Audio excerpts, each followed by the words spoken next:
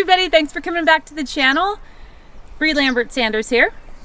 Joe Sanders here. And we are going to talk about transitioning into speed work. Yes. And not being afraid to do it. Yes, exactly. So as you know, we're still in the middle of a pandemic. But we still need to train, right? We still need to keep our bodies healthy and strong and fit. So and people have been putting in all this mileage. Yes, lots of volume. Running a lot of long, slow runs, and or even maybe just fast runs, but they're just long. No, they're just long and slow. Okay, well, that's what I've been noticing. Anyway, but I know you guys are all out there doing your virtual races and stuff, and that's great. We think that's, definitely something as opposed to nothing at all. But we thought, well, we'd talk about how can we make you faster, right? To get faster, you got to train faster. Train Yeah. faster, you're switching up the whole body. You're switching gears. Playing muscle with gears. twitch fiber, putting more stress on tendons, ligaments. A lot of people are afraid of doing speed work because they're afraid they're going to get injured, or they have been injured in the past. It's usually because they go about it the wrong way. It needs to be a very slow, methodical process, and introducing just a little bit of speed at a time. Good way to start is on your easy recovery runs at the end, or even your long runs at the end. Take some time, stretch out, rehydrate, and do some strides. Just start with strides. Okay, I have a question. Some people don't know what strides are. What's a stride? Stride is just lengthening your stride, taking a little faster turnover. If I had to give it a percentage, I'd say it's probably about 70% of your best turnover. Okay, so you're really lengthening your stride. It's not a sprint per se. So it's no, not you're an not all-out sprinting all effort. out. No. Okay. So anyways, as I was saying, when you go into then creating a particular day of doing a workout, a good way to do it is to find a hill, like so forth, and start with hill repeats. I know Lydiard does it. He does his hill springing. And you can do a variety of different stuff on the hill. You can do hill springing, which is like a plyo jumping. You can do high knees. You can do all sorts of drills on the hill. But at some point, you're going to need to lengthen that stride and get a good strong push off. A couple things to think about: get in some good lower leg stretching, hip stretching, hamstring stretching, quad stretching before you do it, so it's nice and flexible. When you run a hill, you're going to the steeper that hill, the less impact you're going to have on the leg, which is great because it takes the impact off. But the steeper the hill, the more strain it's going to place on the lower leg, the calf, Achilles. So really make sure that you're landing initially more flat-footed and not up on the tippy toes, like when you're sprinting. And then as you get more and more comfortable with doing the hill workouts, you can go a little bit more to forefoot, up towards the toes, and you can start to even decrease the angle of the hill repeat that you do until eventually you're near flat, and then you'd be doing flat speed work, which is optimal unless you're racing hilly races. But it's all just different angles and getting your tendons and ligaments and muscles pliable enough to do speed work, so that when you go from all this long, slow running where your muscles not going through a big range of motion to a fast sprint where you're going through a big leg kick sweep and placing a lot of strain, you're not going to hurt something. And so that's kind of what we're going to try to show you today. Okay, so here we are at our favorite little park, and this is a little hill that we're going to do right here. And to start out with, we're going to start out with just something you can do when you start.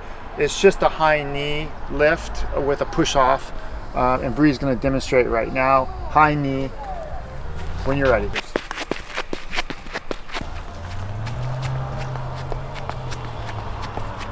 And back down. So at that point, she's coming up. She's lengthening the muscles into the glute hamstring, while getting a good strong push off to the quad and the calf.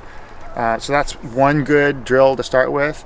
Second drill would be butt kicker, which is when you're sprinting, the harder you sprint, the more you get a leg whip through, and it can place a lot of stress on the patella kneecap, and that's what she's going to show next.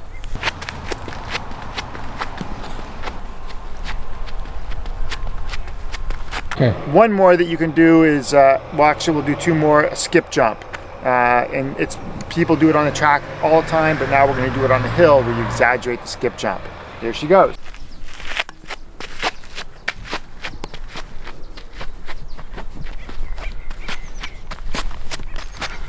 So the last one we're going to do is one of my favorite, arms crossed. It's called the iron cross, but she's going to exaggerate all her push off with her legs. And what this does is it takes away the upper body and it allows you to just power with the leg.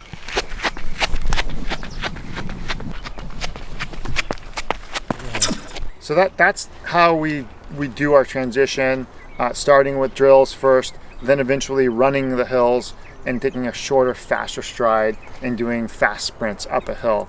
The last thing to think about with the running into the hills is, remember, initially don't go strictly up on those toes because you're going to have some calf Achilles injuries or problems if you do. Try to come down more flat-footed and get a good push off with the quad glute.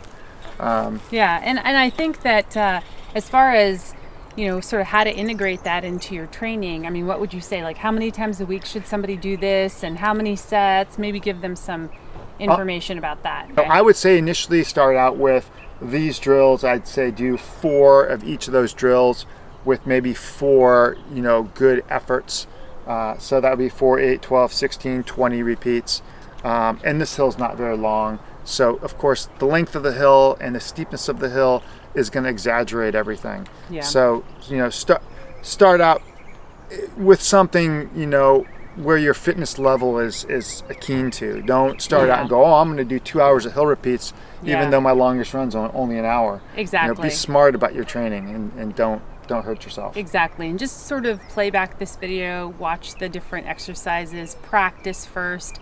And then if you have a coach, obviously you want to check in with your coach in terms of what you're doing, what to do and how much to do.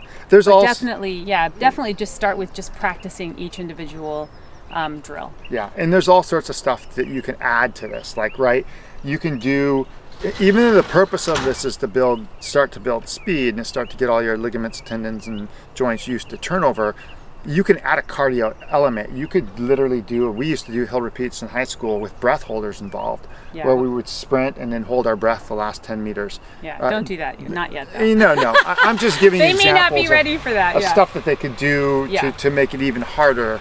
Sure. I'm not big on putting weighted packs on any of that stuff. It puts too much stress on your lower limbs.